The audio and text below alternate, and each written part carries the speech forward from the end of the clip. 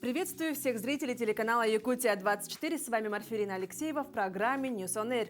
Сегодня у нас будет экстремальный выпуск. Вы увидите, как в минус 50 градусов якутяне занимаются спортом, танцуют и даже рисуют. И это далеко не самое экстремальное, что я вам сегодня покажу.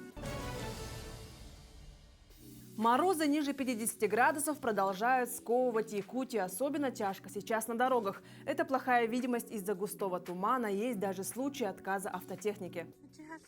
Из-за погодных условий, что царят на большей территории Якутии в последнюю неделю, цифрами как минус 60 градусов уже никого из местных не удивишь. А ведь точно такая же температура сегодня и на Марсе.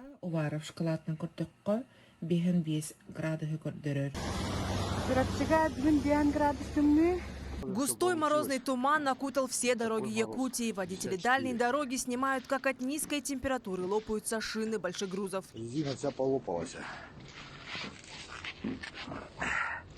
Экспериментальная китайская резина. Здесь 8 колес.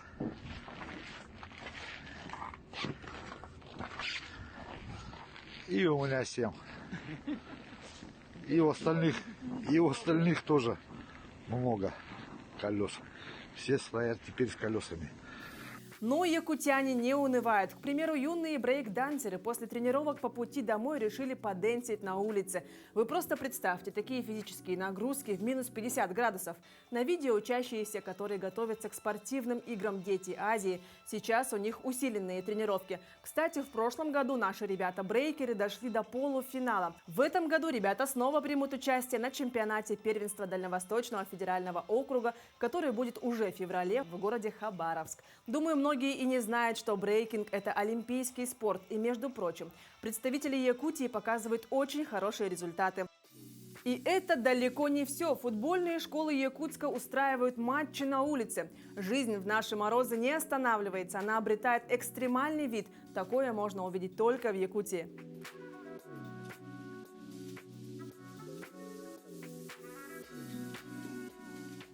Идея очень проста. Это футбол. Вокруг земного шара куча миллионов, миллиардов любителей этого классного вида спорта футбол. И знаете как? В жару играют все. Зимой играют не все. Идея проста, потому что, легко вышел на улицу, ворота, погода и собрал своих друзей. No problem. Для чего мы это делаем? Для того, чтобы развить, для того, чтобы показать, для того, чтобы сказать людям, что неважно где, в каком регионе, в какой стране ты живешь, а главное, ты играешь в этот прекрасный вид спорта под названием футбол.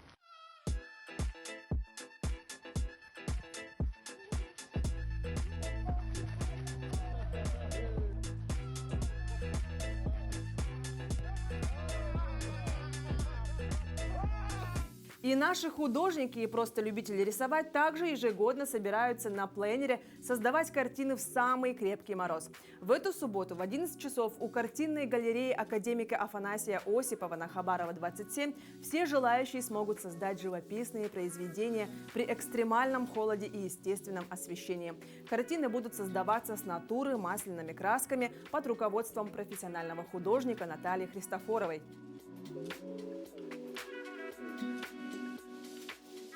Морозы нипочем и пожилым людям. 84-летний житель села Актемцы Хангаласского района ежедневно встает на лыжи, несмотря на температуру минус 50 градусов. Михаил Засимов увлекается ходьбой на лыжах с 90-х годов и является призером многих районных и республиканских соревнований по этому виду спорта. Каждый день после дойки коров и завтрака он отправляется на замерзший водоем возле дома и преодолевает 3-4 километра. Тем самым поддерживает себя в тонусе.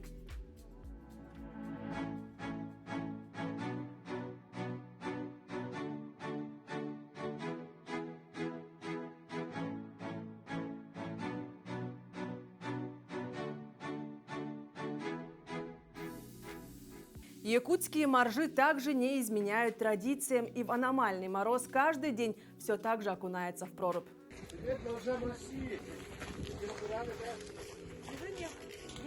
Сегодня минус 54. 5-5 скажи. Я твоя моржиха! Я твой морж! Мария!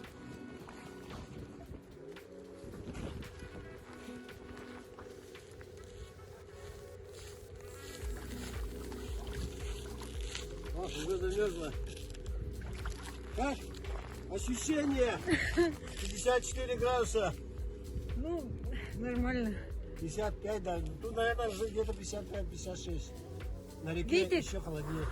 Ветер немного.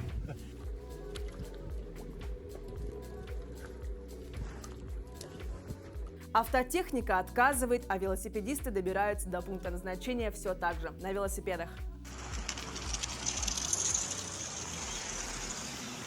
А молодежь, пользуясь случаем, снимает экстремальный контент. То, что для якутян обыденно в социальных сетях, удивительно.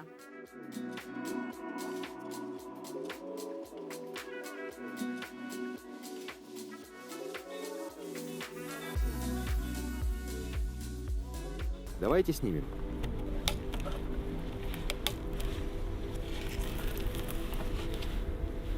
Замерзшая лапша держит вилку в воздухе. Видите?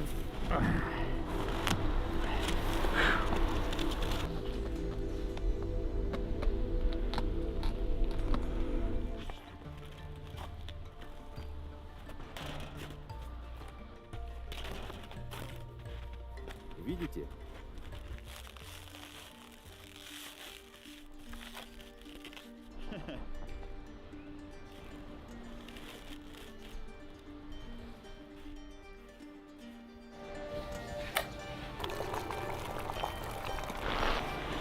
Это кипяток.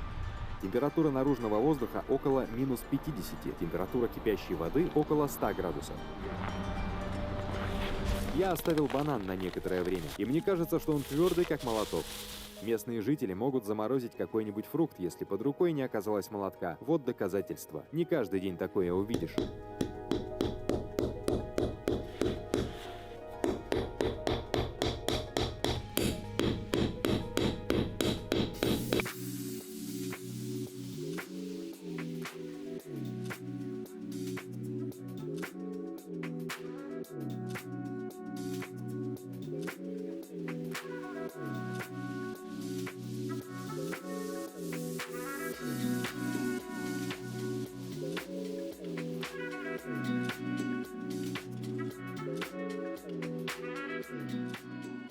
Для победителей забега при экстремально низких температурах полюс холода установлены денежные призы.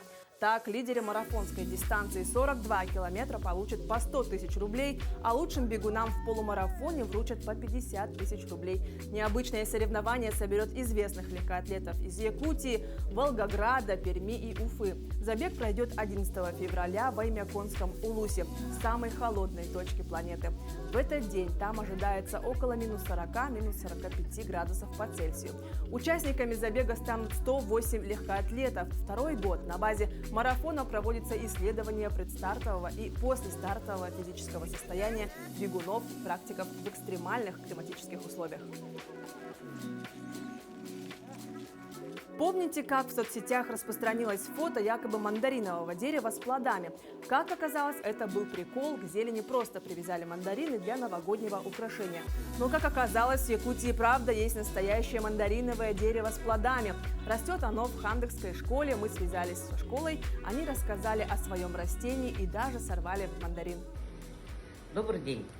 Меня зовут Наталья Сергеевна Дзюман. Я заведующая хозяйством в Хандекской средней школе. Да, действительно, у нас растет мандариновое дерево, которое нам досталось в наследство от учителя трудового обучения Галины Викторовны Гудаевой. Когда она уехала, покинула Хандыгу родную, нам досталось мандариновое дерево и лимонное дерево. Плодоносит оно у нас уже 6 лет, 7. Плоды постоянно, мы их едим, раздаем. Кто приходит к нам в гости, все удивляются, мы даем в подарок им вот это дерево. Вчера нам принесли также отростки гранатового дерева. Мы стараемся развести тут побольше, теплолюбивых растений, которых, как у нас говорится, нету. И мы хотим, чтобы дети наши радовались, что у нас растет гранат, лимоны, мандарины. И сейчас сорвем, чтобы не казался это фейком, да, наш мандарин. Растет он, до созревания у него уходит 9 месяцев. Не такой, конечно, как в магазинах марокканский, но все, натуральный мандарин. Думаю, от таких холодных новостей всем захотелось чашечки горячего чая. Мне уж точно. Так что я с вами прощаюсь. Встретимся завтра в 17 часов в эфире программы «Нисон Эйр».